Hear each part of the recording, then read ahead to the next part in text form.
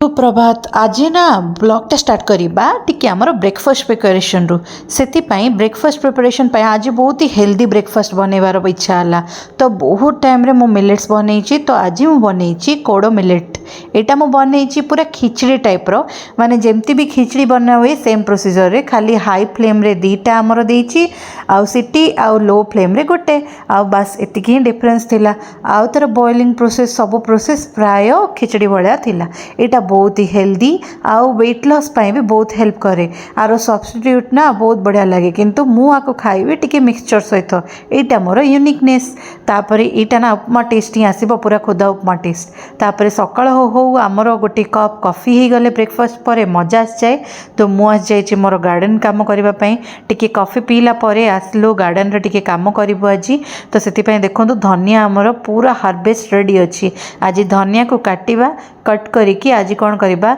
आकु नेकी आमे गोटे भल डिश बनेबा स्टार्ट करबा सेति पई धनिया को आज काटी नेली पूरा 3 रु 4 दिन पई तो एमती धनिया काटले एटा बॉडी बना नाही सेटा आज आमे टेस्ट करबा पई धनियाटा को एमती मूलरू माने आमे मूलरू न काढिकी अधारु कट करूचे देखिबा एटा बॉडी बना नाही आ द्वितीय थर पई एथिरु हार्वेस्ट हबो ना नाही तो सेति पई देखंतु हमर धनिया गछ को अल्प अल्प काटला परे एठु आ काटिबानी कोन पई एमती टेस्टटा सेट कला बेले आमे अन्ना बना गछ जेति अच्छे से गुड़ा को काटिक क्लीन करदबा से एबे कौन कराला ना अन्ना बना गछ को छाटी दिगला आ से भितर मु कौन कर आज ना गोटे खत प्रिपेयर करी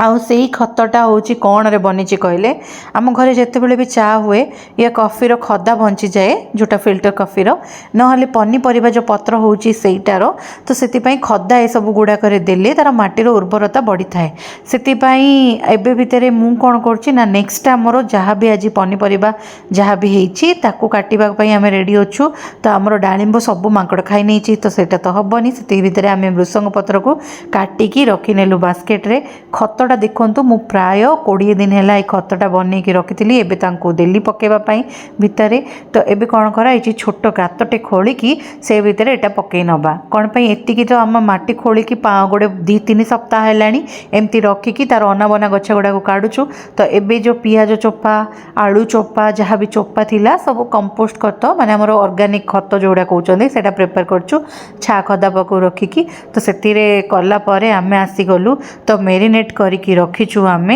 आमर जो मटन थिला तार कलिजा गुड़ाक साइड रखी नहींचु तो एबे कौन करूँ कलिजा को आमर अल्प हलदी लंका गुंड आउ लुण पकईकी मेरिनेट करूँ सोरिष तेल टिके पकईलु आउ एमती मेरिनेट कला टाइम रे हंग कटटा को एथिरे देदेबा गोटे घोल प्रस्तुत करके रखी नबा से भितर कड़े रे कौन है आमर यही डिशटा पकाला माने आमर जो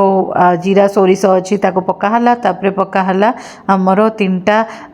सुखिला लंका तापर से फुटिला टाइम रे ही बिरी जाए टिके निहाई आ तापर मृसंग पत्र पकाला आउ पियाज ऐड कराला एतिकी टाइम रे आमे कोन करबा लुण टिके चीनी टिके पकई नबा चीनीटा पकईले ना कलर आसी जिवो एथिरे सेतिपई तो सेतिपई एटा को टिके घांटी नबा तापर आमे ऐड करबा कलेजा एटा मटन रो कलेजा तो हमको एतिकी पीस कलेजा मिलथिला तो से आउ कोन करबा ना एथिरे टमाटो ऐड हबो किंतु परवर्ती समय रे कोन पे टमाटोटा तो जल्दी बॉईल हो जिवो सेतिकी भितर कलेजा जो मैरिनेशन करके रखा 2 आवर्स सेटा एबे ऐड कराला आको एमती घांटी की अल्प पानी दबाको पड़िबो सेति गरम पानी करिनेली आ अल्प घांटीला परे सटे हैला परे सेटा आ पानी ऐड करिकी आको प्राय आधा घंटा सिम जाल रे बसई नेबी जा द्वारा कि एटा बनिबो सेति भितर हमर चिकन करीटा रेडी हो जाइछि माने करी पेस्ट टाइप रो रेडी हो जाइछि आ एठी कलिजा बनेबा स्टार्ट हेछि कलिजार स्टार्टर आइटमटा बनेबा स्टार्ट हेछि तो बस पानी ऐड हो गला आ हमर रेडी हो गला कलिजार फ्राई मटन तरकाटा साइड रे हेला भितरे आमे कोन कलु